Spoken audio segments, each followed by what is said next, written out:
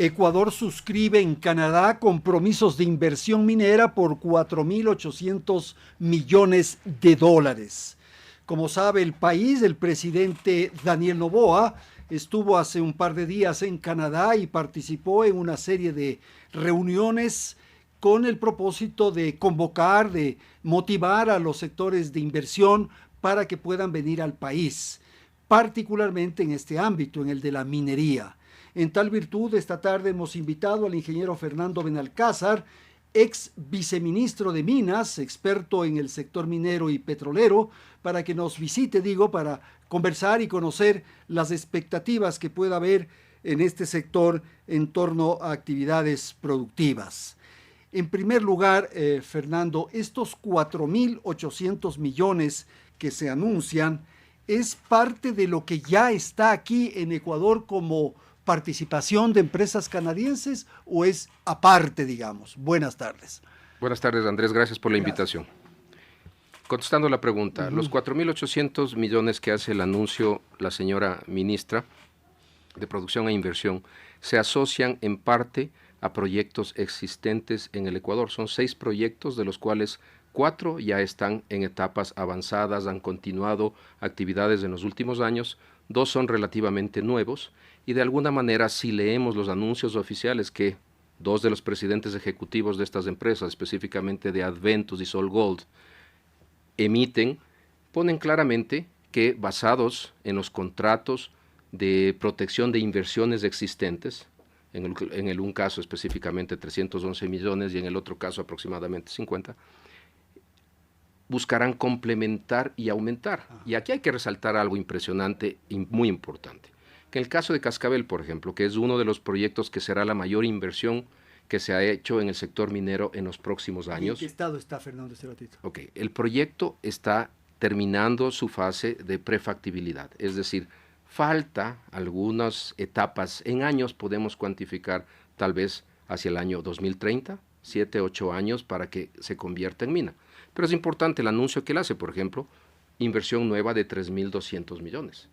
De esos 4 solamente en Cascabel. Claro, porque es un proyecto, uno de los más grandes, el más grande que habrá en el Ecuador y uno de los más grandes del mundo en cuanto a los recursos identificados de cobre y oro. Entonces, es muy importante decir que la presencia del presidente Noboa es algo único en los más de 90 años de vida que tiene el evento, esta convención PDAC. Han habido presencia de presidentes, Chile, Perú eventualmente lo han hecho, pero nunca jamás ha ido un presidente ecuatoriano. ¿Y este cónclave qué es? ¿PDA, como dijiste? Ya, PDAC. PDAC. El PDAC es organizado por los buscadores y los desarrolladores de proyectos en Canadá. Es la asociación de los buscadores y exploradores mineros canadienses, y tiene varios propósitos. El networking normal, conocerse con todo el mundo, conocer equipos, tecnología, transferencia de tecnología, pero hay un rubro que es importantísimo, que es la interacción con los inversionistas. Personas que no necesariamente están en el mundo minero, pero que invierten sustancialmente, porque Canadá es un país líder en el mundo en el tema minero, como lo es Australia. Pero Canadá, en este evento anual, se reconoce como el mayor encuentro de profesionales y de personas interesadas. En el mundo. En el mundo, indiscutiblemente. O sea, es más que una feria. No, es más que una feria. Más que una feria. Y algo que es importantísimo, volviendo al tema de la presencia del presidente, es que se define en una agenda que generalmente son los embajadores. Mi experiencia en el 2019 fue nuestro propio embajador quien cuadra toda la agenda de la autoridad que llega. Y esa agenda tiene un propósito, a más de promover las inversiones que pueden haber en un país, interactuar cara a cara con presidentes ejecutivos de las mayores mineras del mundo. Estamos hablando de empresas que están en bolsa y que son miles de millones de dólares de por medio. Entonces, cuando el presidente va, en este caso se genera lo que tradicionalmente hay y se llama el Día de Ecuador, que las empresas que tienen interés representados a través de una cámara, de una asociación o lo que sea, organizan el Día del Ecuador, que es un evento que toma 4 horas en la mañana de un día, Y todas ellas presentan sucintamente lo que están haciendo, dónde están los problemas que tienen y qué esperan para seguir creciendo en el Ecuador. O sea, Entonces, también es una buena oportunidad para el presidente enterarse saber qué de la está boca, pasando. Claro, de la claro, boca ya. del dueño que está pasando. Ya. Y ahí, a diferencia de lo que sucedía conmigo en el 2019, que fui yo como viceministro nada más, y que normalmente va máximo el ministro, 22 y 23 ha ido ministro y viceministro. El presidente llega con una comitiva de 3 ministras senior, llamémoslo así. El Ejecutivo llega en pleno. Y da para mí uno de los mensajes más importantes, que es la coherencia y la armonía que existen entre ciertas áreas que eventualmente pueden tener conflicto. Ambiente No estuvo de la de ambiente, hubiera estuvo. sido un excelente me pareció mensaje. haberla visto en una foto, no estaba. No, estuvo de lo que yo he acompañado día a día, estuvo la señora canciller, estuvo la señora ministra de Inversión y Producción y estuvo la ministra del ramo. Entonces, y el viceministro de Minas también estuvo, lo cual es muy importante. El mensaje que él dio en términos generales es invitar y demostrar que el Ecuador es un país que necesita esa inversión y que está abierto para ello. Es el mensaje claro. Lo hizo para varias áreas, en términos generales en su visita integral a Canadá, pero en el evento hacia la minería.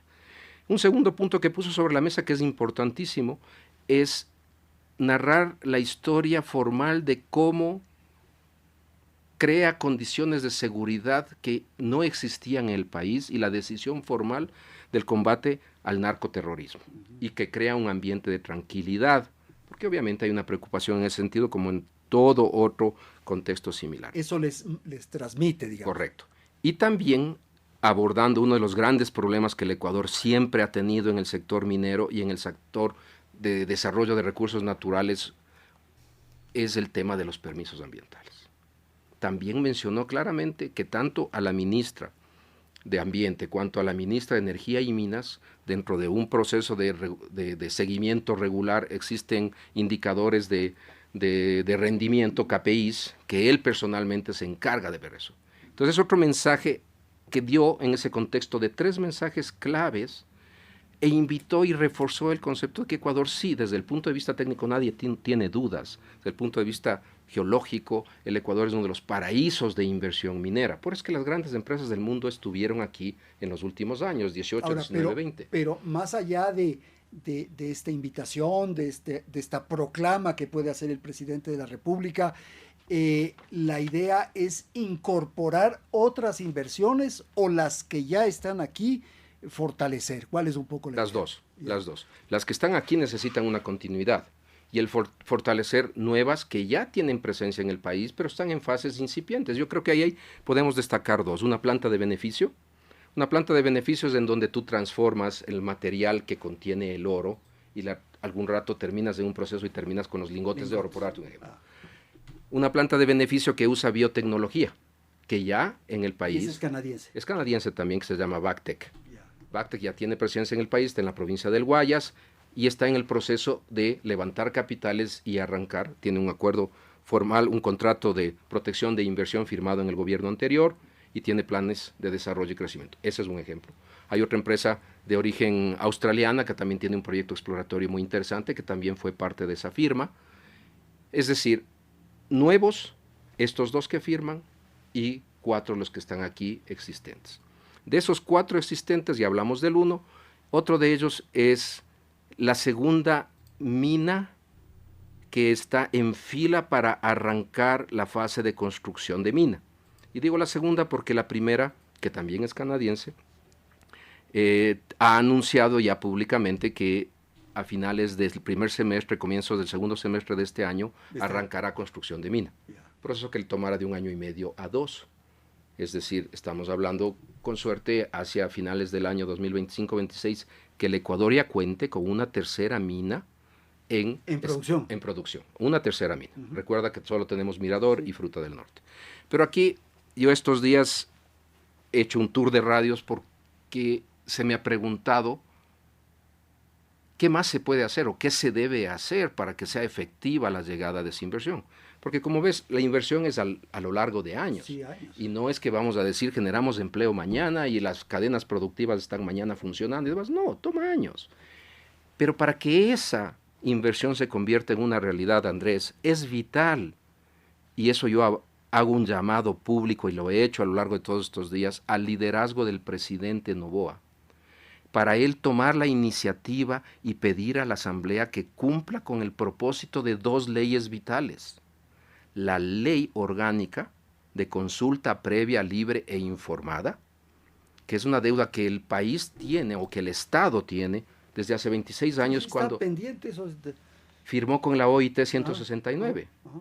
Y eso, sé que el día de hoy se hizo público ya un manual de parte mediante acuerdo ministerial del Ministerio de Energía y Minas para abordar el tema. No es el camino. No es el camino porque yo estoy 100% seguro que en las próximas días, horas, las organizaciones indígenas lideradas por un individuo que sabemos que a todo dice no y protesta contra todo, y de hecho ya protestó porque el presidente estuvo en Canadá, como tú tienes en tus notas, meterá una acción de protección, diciendo que, como la Constitución en el artículo 57.7 indica, que si no llegaran en los procesos de consulta previa, libre e informada, las comunidades y el Estado a un acuerdo, se manejará de acuerdo a la ley, no acuerdo ministerial. Y esa ley no existe. Entonces, yo insisto, sería espectacular que el presidente, como ha demostrado, con ese liderazgo presente dentro de un marco de urgencia económica, porque para traer esa plata necesitamos eliminar los obstáculos que tradicionalmente en los últimos 6 años han frenado todo en la minería y en otras áreas. Ahora, Fernando, pero Canadá tiene un prestigio, tiene una experiencia, en fin, del manejo minero. Sí. En el tema ambiental, ¿cómo explicar eso? Canadá es una de las potencias en el tema minero, y al igual que cualquier industria, tanto en minería cuanto en petróleo, han habido procesos de aprendizaje. Las prácticas de los años 80, 70, 60 no podemos compararlas con las actuales. En los 90, en el 92, se da ese giro que la industria de manejo y extracción de recursos naturales comienza a concienciar y tener las mejores prácticas de ingeniería en lo ambiental y social. Y Canadá es una de esas.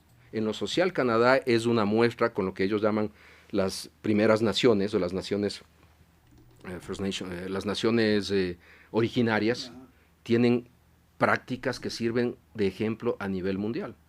Y aquí en el Ecuador no nos vayamos lejos. Yo tuve el honor de trabajar 7 años para la mayor empresa canadiense.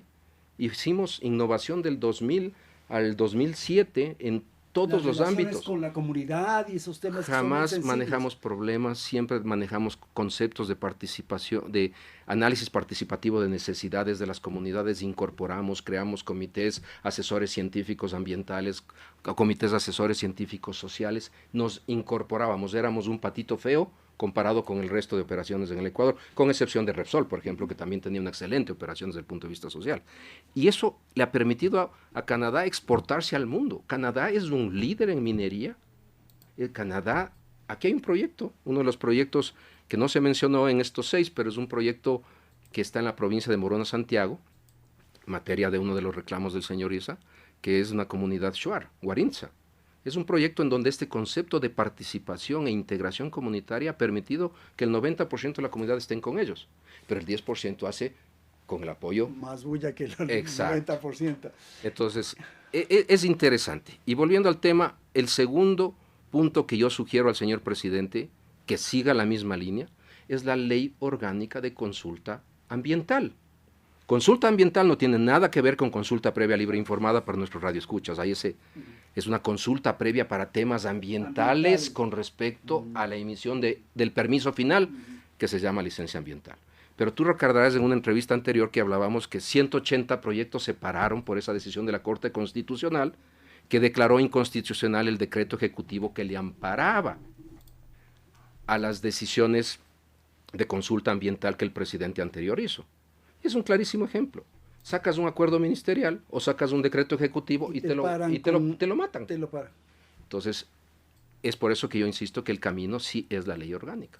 Hay sentencias varias, inclusive la Corte Constitucional con respecto a la ley orgánica de consulta ambiental es muy clara en decir, nosotros no quisimos parar al país, el Ministerio del Ambiente es el que tiene que buscar el mecanismo, ahí el Ministerio del Ambiente buscó el mecanismo y comenzó a destrabar todo, y ahí es que dos proyectos mineros, el de esta planta de beneficio de Bactec y el de la mina el proyecto minero Curipamba, el Domo, obtuvieron ya sus licencias ambientales. Ya. Y el próximo que tal vez ya en los próximos meses obtenga es el proyecto La Plata. Fernando, y esto que estamos conversando versus a la informalidad, ¿este es un tema que puede preocupar a los inversionistas canadienses? Yo creo que no. ¿Por qué creo que no? Van por niveles separados, ¿no? A nivel de escala industrial, coincido que van por niveles separados. A nivel de pequeña minería, hay mucha injerencia de los grupos estos armados terroristas, sí, claro. Que llegan hasta tomarse zonas, distritos mineros, donde prácticamente el control está en manos de los lobos. Por ejemplo, hablemos donde no puede entrar la policía, no puede entrar Fuerzas Armadas. Sí. Y se ve niveles de corrupción de gente, de autoridades vinculadas a esto.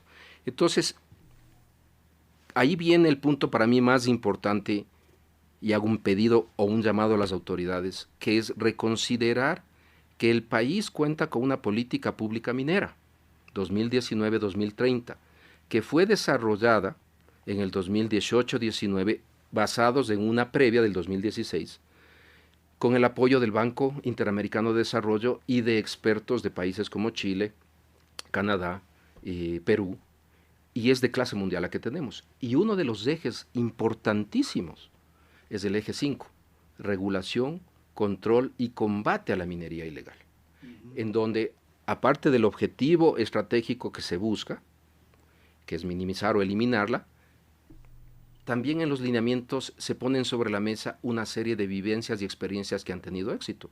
En una entrevista que yo tuve el día lunes en un debate, se planteaba hacer lo mismo que hizo Perú o Bolivia, incorporar a aquellos que se ven abocados a la minería ilegal, porque con una escopeta encima, sí, claro, o con un fusil encima, o sirves y me trabajas o te mueres, y que tienen niveles de necesidad propia, lo que se llama minería artesanal de subsistencia, incorporarles a la legalidad, si es que ellos no tienen un derecho minero.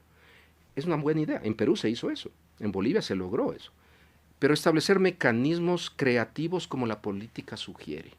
Ese es un tema. Existe ya la base con ese documento. Existe, y eso, si tú te metes en el website del ministerio, sigue ahí, todo lo demás. Yo invito a revivir eso, a no reinventar la rueda cuando la rueda está ahí hace siglos.